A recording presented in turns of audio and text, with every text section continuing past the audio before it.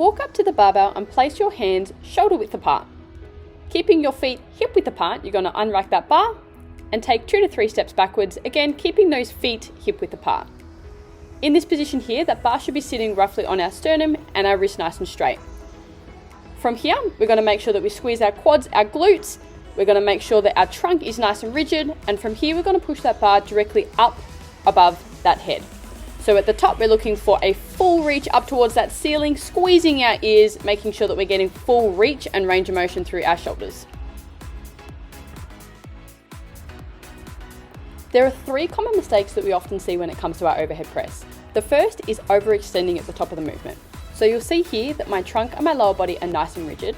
However, at the top, you'll see that I am sticking my head forward, almost poking it through my arms, and I am reaching back behind my head, overextending past that 180 degree mark that we are looking for.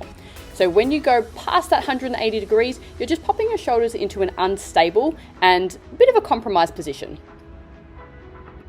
The second common mistake we often see is pushing the bar forward and not reaching full range of motion.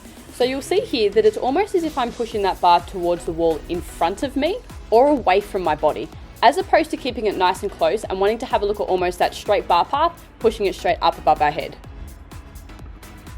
The third mistake we often see is throwing our rib cage forward. So you'll see here that as I go to push that bar up towards the sky, I'm throwing my hips and my rib cage forward, which results in this curve through our lumbar. So you'll see here that I go from being in this nice straight line to being almost like this curvy Mexican wave.